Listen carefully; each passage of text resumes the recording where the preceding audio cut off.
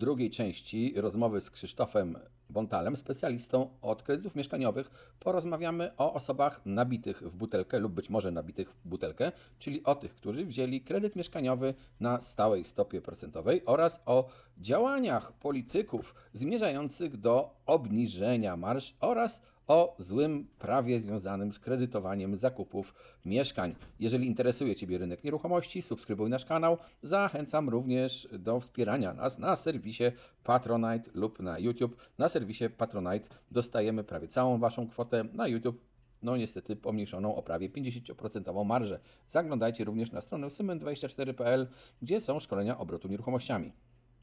Są ludzie, którzy brali te kredyty na bardzo wysokiej stopie i korzystali już wtedy z kredytów o stałym oprocentowaniu, które miało obowiązywać przez 5 lat. Jest też taka, no w zasadzie chyba nieformalne, ale u nas jest zwyczaj rządzenia w sposób nieformalny, zalecenie, żeby nie zamieniać, nie finansować kredytu na stałej stopie kredytem na zmiennej stopie. Ciekaw jestem, kiedy na przykład UOKiK się tym zajmie. Nie wiem, czy on może oskarżyć KNF o szykowanie zmowy pomiędzy bankami. Nie wiem, czy to jest możliwe, ale to jest dla mnie dziwne takie zalecenie.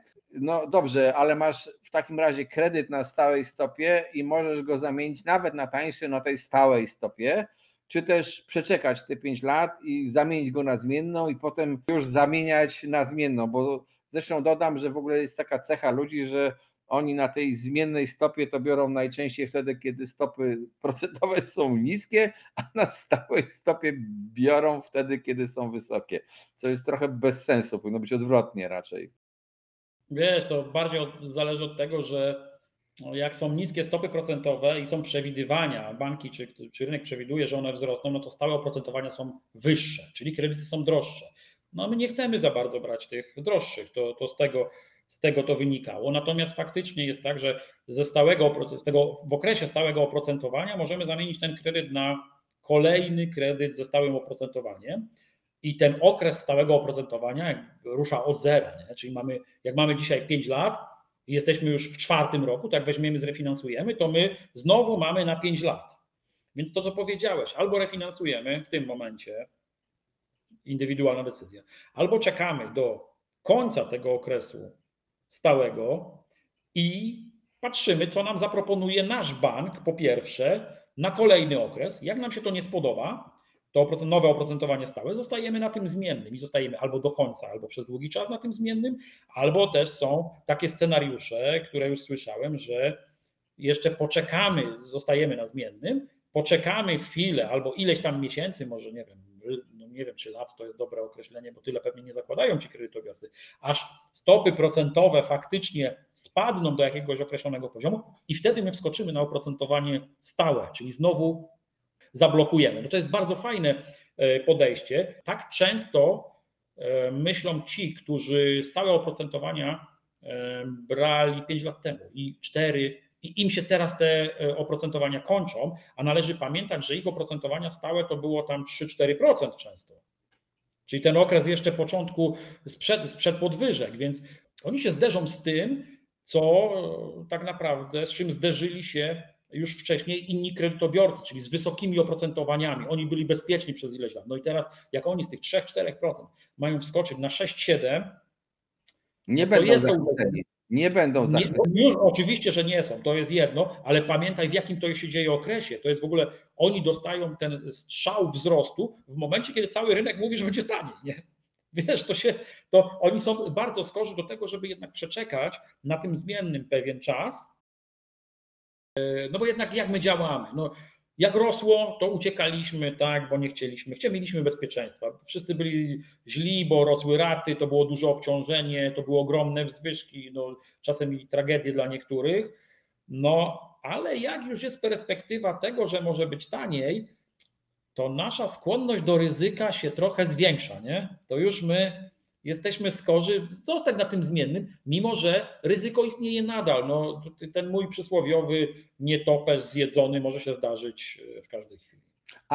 Ale sytuacja z tymi stałymi stopami to była też taka, że w okresie, kiedy te stopy procentowe były niskie, to w zasadzie chyba tylko nieliczne banki gdzieś tam oferowały kredyt na stałej stopie. Jak stopy zaczęły rosnąć, to zostały przymuszone przez rząd, przez regulacje prawne do wprowadzenia kredytów na stałej stopie. Wobec tego też mamy całą grupę w tej chwili ludzi, którzy mają kredyt na stałej stopie, i ona tam wynosi ponad 8% i oni się No, patrzą na te obniżki ze złością, bo ich one nie dotyczą. no, to już ci, którzy mają powyżej 8%, no to faktycznie już powinni zainteresować się, może nie refinansować od razu, tak, bo to nie jest jednoznaczne, ale zainteresować się tym tematem refinansowania i zobaczyć, jaka dla nich to będzie obniżka, tak, no bo to już jest sporo. No natomiast no, to, co powiedziałeś, kurczę, u nas problemem przy kredytach, bo to moja działka, ale też w różnych dziedzinach życia jest to, że działamy interwencyjnie. Czyli jak się pali nasza chałupa, to wtedy zaczynamy myśleć o gaszeniu, tak? A nikt nie myśli o tym, żeby budować z niepalnych materiałów. Ja jestem zwolennikiem tego, znaczy dzisiaj po czasie, tak? Ja będę powtarzał to jak mantrę. Mieliśmy przed COVID-em 5 lat spokoju, należało edukować, pokazywać, dlaczego bezpieczeństwo stałego oprocentowania jest fajne. I to, co zostało zrobione tam w 2022 roku, jeśli dobrze pamiętam, czyli narzucenie bankom, że mają w ofercie posiadać te oprocentowania okresowo stałe, powinno być zrobione przed COVID-em. Wiele osób wzięłoby te kredyty, nie zabezpieczyłoby wszystkich, ale w ogóle jestem przekonany, że nie byłoby tematu wakacji kredytowych. A już na pewno nie w takiej skali, tak? No bo wiele osób by sobie akurat zablokowało te kredyty na ten najgorszy okres covidowy. Ci, co wzięli właśnie, co powiedziałeś, były 2-3 banki, które udzielały tego kredytu. Jeżeli ktoś wtedy wybrał tą stałą stopę, no to jak to w internecie jest opisane, wygrał życie, tak? No tak, ale słuchaj, Niskie. to też jest takie mówienie, banki na pewno są instytucjami, które chcą zarabiać, więc nie bardzo były zainteresowane dobrym doradzaniem, prawda? Banki są od tego, żeby zarabiać, jasne.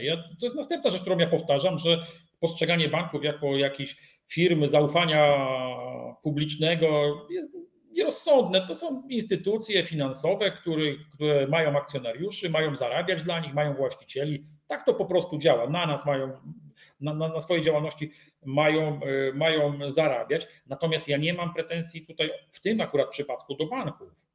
To nadzorca, to tutaj Komisja Nadzoru Finansowego, jakieś UOKiK-i, ktoś inny, oni powinni nad tym pracować, tak? No to zakaz, rekomendacja, to ten list, który został Ten przekazany list taki bankom, dziwny, tak. tak, list intencyjny, nie wiem jak to nazwać, z zaleceniem, bo to takie coś było, no to pokazuje, że KNF ma tą władzę, że banki nie podskoczą. Jeżeli KNF mówi, teraz macie wprowadzać kredyty ze stałym oprocentowaniem, to banki to robią. Tak? Przepraszam cię bardzo, ten list, o którym mówimy, to mówi tak, bankom.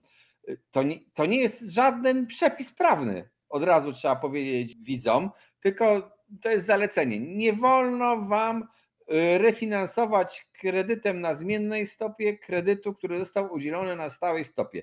To jest według mnie nic innego jak narzucona z góry zmowa cenowa, czyli działanie teoretycznie przestępcze wśród przedsiębiorców, bo oznacza, że przedsiębiorcy się zmówili, że chroniąc swoje interesy, jako ta grupa kilku banków, zresztą u nas ten rynek nie jest jakiś ogromny, bo to jest kilka banków, to mają jeszcze w ramach zmowy udzielać lub nie udzielać kredytobiorcom kredytu na dobrych warunkach. Mają chronić siebie wzajemnie.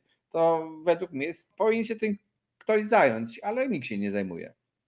Znaczy wiesz o tym, ja jestem daleki od tego, żeby mówić, że to jest zmowa, bo ja absolutnie nie mam na to żadnych dowodów, tak? To jest rodzaj zmowy, bo tutaj możemy powiedzieć, ok, banki się nie umówiły między sobą, ale ich nadzorca powiedział im, jakie mają rozwiązanie stosować, które jest jednoznacznie chroniące interesy banków, nie kredytobiorców. Ale to, że to jest w interesie banku, to tego nawet chyba nikt nie ukrywa, bo w tym liście jest to napisane.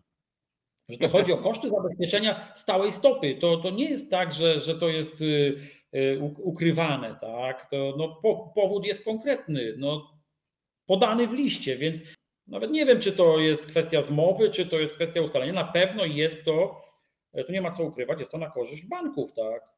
Pytanie, Więc komu służy w takim razie Komisja Nadzoru Finansowego, która się według mnie wielokrotnie skompromitowała, no, bo ona ostrzegała na przykład przed kredytami frankowymi. Gdzie ostrzegała? Na swojej stronie, której nikt nie ogląda, a kredyty frankowe szły po prostu jeden za drugim, a były tak de facto, ja rozumiem, że niektórzy z widzów powiedzą, że to jest skandal, że frankowicze wygrywają, ale taka jest prawda, że banki udzielały kredytów niezgodnie z prawem. Mają tylu prawników, gdyby mieli dobre umowy, to by nie przegrywali procesów, więc to inna sprawa, ale komisja nic nie zrobiła, żeby tych zwykłych konsumentów ostrzec przed nagannym działaniem banków. właśnie, teraz no ktoś, znaczy to też ja jestem dalej, ja mogę sobie oceniać. To jest kwestia udzielania kredytów w innej walucie niż zarabiamy, została uregulowana, prawda? Ale kiedy? No właśnie. I z No kiedy czyjej mleko się, inicjatywy? no właśnie o to mi chodzi, kiedy mleko się rozlało, nie? No tak. Czyli po fakcie. Tutaj mamy to samo. Zobacz, co my chcemy robić. Następną rzeczą, i to już nie mówię o Komisji Nadzoru Finansowego, bo mówię, tutaj pewnie jest wiele urzędów, które gdzieś tam tych rzeczy powinny pilnować. Pewnie Komisja Nadzoru Finansowego nie jest jedyna, ale dzisiaj, no ty wspomniałeś o tych marżach. Dzisiaj będziemy obniżać jakoś ustawowo czy coś marże bankom. No, znowu na chwilę, tak? Bo dzisiaj jest drogo, to my to przytniemy. Jak będzie bardzo tanio, to co będziemy robili, tak? Zamiast zająć się rzeczami typu bankowość hipoteczna, listy zastawne, czy dążeniu do tego, jak mamy w niektórych krajach zachodnich, żeby można było udzielać kredytów, zabezpieczać stałą stopę na 10 lat, na 15, 20, czy na cały okres kredytowania, tak? Żeby iść w tym kierunku, czyli takich systemowych rozwiązań. Dzisiaj kłopot tych marż, czyli cały temat marż, on wyniknął z jednego takiego fajnego wykresu mapki tak naprawdę, która pokazywała marże kredytowe, tylko że były opisane jako kredytowe, jeśli dobrze pamiętam, a to były bardziej marże odsetkowe, czyli nie marża jako ten składnik oprocentowania, tylko marża jako zysk banku liczony pomiędzy oprocentowaniem kredytu a oprocentowaniem depozytu. I u nas jest bardzo duża ta różnica. Ta marża, rozumiana jako zysk banku, tak, już pomijam inne opłaty, inne tam pośrednie, no to jest faktycznie duża. Tylko pytanie, czy my mamy zbyt wysokie, biorąc to tylko, czy my mamy tutaj w tym wzorze zbyt wysokie oprocentowania kredytu, czy my mamy niskie oprocentowania depozytów? Znaczy, u nas mamy kilka problemów i ja je ci wymienię, a ty może powiesz, z którym się zgadzasz, a z którym się nie zgadzasz. Po pierwsze, mamy mały wybór między bankami. Jest ich tak naprawdę niewielka ilość, trudno mówić o prawdziwej konkurencji między bankami. Po drugie, faktycznie istnieje ogromna różnica między tym, co banki żądają od kredytobiorcy, a tym, co wypłacają komuś, kto chciałby tam mieć konto lub lokatę. To jest w ogóle granda taka różnica, ale nie ma żadnych uregulowań na ten temat. Mało tego, nasz rząd robi wszystko, żeby bankom tak naprawdę nie opłacało się udzielać kredytów, bo tak naprawdę dzisiaj najlepszym klientem dla banku to jest nasz rząd i jego obligacje rządowe, które są tak naprawdę gwarantowanym źródłem przychodu, bo jak rząd nie będzie miał pieniędzy, to je dodrukuje po prostu i bankom zapłaci, a z tymi kredytobiorcami to sam kłopot. Trzeba ludzi zatrudniać do obsługi tych kredytów, trzeba w ogóle ponosić ryzyko, że a nuż oni nie będą spłacali, albo jeszcze, że jak zawrzemy złe umowy, to nas pozwą do sądów i wygrają. Albo na przykład rząd, działając doraźnie, to bo działa tak na zasadzie tego gaszenia pożaru. Nagle zobaczy, jest drogo, trzeba ludziom pomóc, bo wyjdą na ulicę, to wprowadzamy wakacje kredytowe, co tak szczerze mówiąc cierpiało banki. Teraz znowu mówią niektórzy politycy, że oni proponują wprowadzić specjalny podatek i zabrać tym bankom pieniądze, więc co jest najlepsze? Najlepsze dla banku jest po prostu siedzieć cicho, inwestować w obligacje i tyle. To są powody właśnie, dlaczego bank olewa depozytariuszy. Zapomniałeś dodać bez podatku. No tak, właśnie, bo jeszcze ten zysk banku pochodzący z tych obligacji jest zwolniony z podatku, a jak będą pożyczali kredytobiorcom, to jeszcze podatek zapłacą. No to przepraszam bardzo, jak kredytobiorca lub depozytariusz, nawet choćby miał parę milionów złotych, ileś milionów złotych, ma wygrać z konkurentem, który się nazywa państwo polskie? To jest nie do wygrania. Wiesz, tego nikt nie podejmuje, tak? Zauważyłeś? Nie ma tematu problemu tego. Jest na rynku problem, jest poruszany problem niesprawiedliwości w opodatkowaniu zysków z inwestycji giełdowych z zyskami z inwestycji mieszkaniowych, prawda? Dzisiaj, że no dlaczego ja inwestuję na giełdzie, od zysku płacę 19%, a inwestuję w mieszkania, w tak zwany beton i ja płacę 8,5%, tak? Zryczałtowanego. No 8, bo też 19, przepraszam, gdzie 8,5? Mali najemcy, oni są na 8,5 na ryczałcie najczęściej z wynajmu mieszkań. Mówisz o inwestycje w wynajmowanie mieszkania. Skrót myślowy. Natomiast i tutaj jest ta dyskusja, tak, że wszyscy by chcieli, żeby odblokować te nie wiem, pustostany, te mieszkania na wynajem, żeby ci inwestorzy z tego mieszkalnictwa popularnego przenieśli się na giełdę. I ta dyskusja trwa. Ale już rozwiązania tego, o czym powiedziałeś, że bankom się opłaca jedno, a drugie się mniej opłaca, że od tego, co jest mniej ryzykowne, nie płacą podatku, a od tego, co jest bardziej ryzykowne, jeszcze ten podatek muszą zapłacić. Tutaj dyskusji w ogóle nie ma. Jest pójście w inną stronę. Ja nie wiem, czy dobre. No, ja akurat regulowania marży to nie jest rzecz, którą ja popieram. Jak żadnej regulacji ogólnie tego typu, tak, to co powiedziałeś, cen. Kwestia nadmiarowych zysków, tak, bo tak to się chyba nazywa, opodatkowania nadmiarowych zysków. Co to znaczy w ogóle? Przepraszam cię, co znaczy słowo nadmiarowy zysk? Zarabiasz pieniądze i ja zakładam, oceniam, że 30% lub 20% u ciebie to jest dobrze, a więcej to jest źle i to jest za dużo. No, tobie się nie należy. Nie, no ale to nie pytaj mnie, ja to wiesz, ale działa to w ten sposób, prawda? No nie wiem, to jest chore. Czyli idziemy do restauracji i mówimy, kotlet u pana nie może kosztować 50 zł, ma kosztować 30 zł, tak? I będziemy teraz restauracjom dyktowali, za ile mają sprzedawać kotlet, fryzjerowi za ile mam je ostrzyc. Ja sobie przypominam socjalizm. To nie było niczego. Dlaczego? Bo żeśmy regulowali.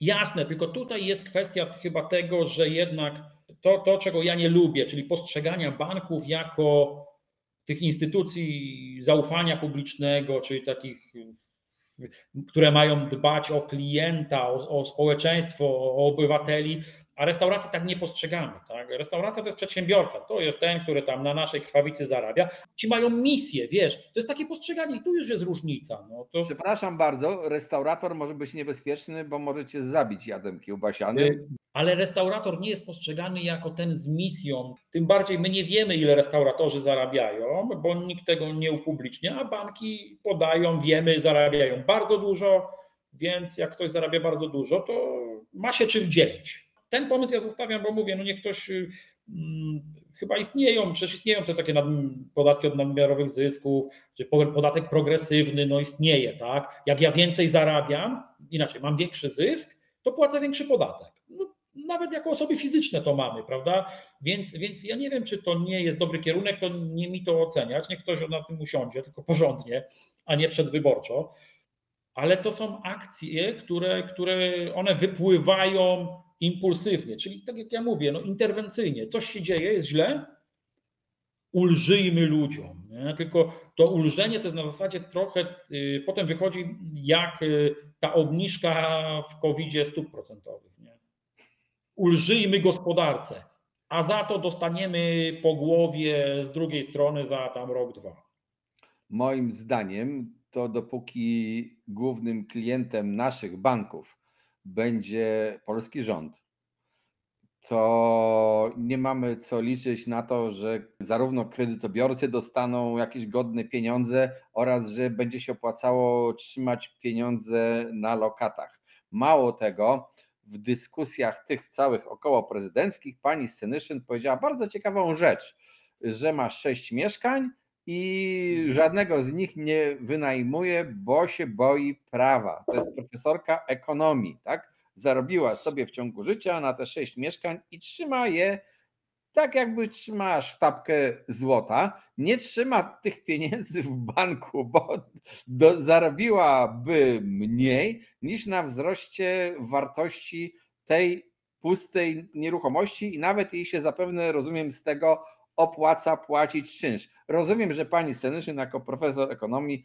potrafiła sobie to doskonale wyliczyć, co jej się opłaca, ale to jest chore, bo te mieszkania, których ona nie wynajmuje z powodu ustawy o ochronie praw lokatorów i jej strachu, może przesadzonego, może nie, ale strachu przed kłopotami, niechęci do posiadania kłopotów, po prostu sprawia, że tak, dzięki regulacjom prawnym jest okazja do wyjmowania mieszkań i jest powód do wyjmowania mieszkań z obrotu rynkowego. One są martwe, leżą nie wiadomo po co. Dyskutuje się u nas o podatku katastralnym, tak, teraz prowadźmy od 3. mieszkania, od 10. mieszkania.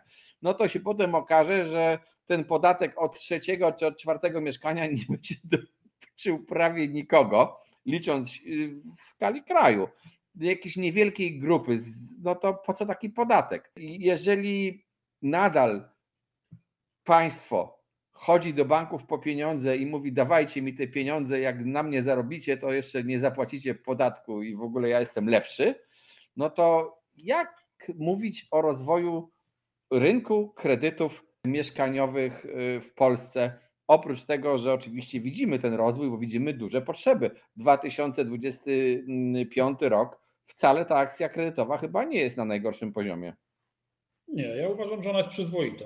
To jest i ilość kredytów, która jest robiona, wypłacana, i ta ilość zapytań, która jest, to jest całkiem, może nie jest jakiś fajny, super wynik, bo my przecież pamiętamy te wzrosty, szczyty, ale do dna, który mieliśmy, no tam, nie wiem, 2022, 2023 jakoś, no to w ogóle nie ma o czym mówić. Ja nie wiem, o czym jest mowa, jeżeli ktoś mówi, że ten rynek leży, upadnie, deweloperzy pójdą z torbami, czy tam w ogóle sprzedający nie będą mieli co sprzedawać. Nie, po prostu rynek sobie działa na jakimś tam poziomie i jakby nikt go nie ruszał, ja uważam, że on dalej będzie tam działał. Będzie się sam będzie się regulował. Szanowni Państwo, liczę na Wasze komentarze na temat tego, co się dzieje u Was na rynku nieruchomości. Piszcie tylko nazwę miejscowości, którą opisujecie, bo taka informacja jest dla nas cenna i dla innych, którzy czytają Wasze komentarze. Sugerujcie nam nowe tematy audycji. Zapraszam na stronę cement24.pl, gdzie znajdziecie kursy obrotu nieruchomościami przewidziane dla profesjonalistów, dla pośredników, dla agentów i nie tylko, bo również dla inwestorów, a także dadzą one Wam wiedzę chociażby o tym, o czym mówiłem na początku, czyli nie będziecie już pisali dziwnych rzeczy na temat tego, że pełnomocnictwo każde wygasa z chwilą śmierci mocodawcy, bo to nie jest prawda i że w ramach pełnomocnictwa nie można sprzedawać sobie samemu. Pełnomocnik nie może sprzedać sobie sam czegoś, bo to też jest nieprawda. Po coś takie przepisy dawno temu wymyślono, no to po prostu życie mówi, że takie przepisy, takie rozwiązania prawne są potrzebne, po prostu. I nie można mówić, że jak ktoś z takich rozwiązań korzysta, to zaraz jest przestępcą. Może z jakiegoś innego powodu, ale z tego na pewno nie, bo takie jest po prostu w Polsce prawo. I cóż, życzę Wam dobrych transakcji na rynku nieruchomości. Cześć, trzymajcie się.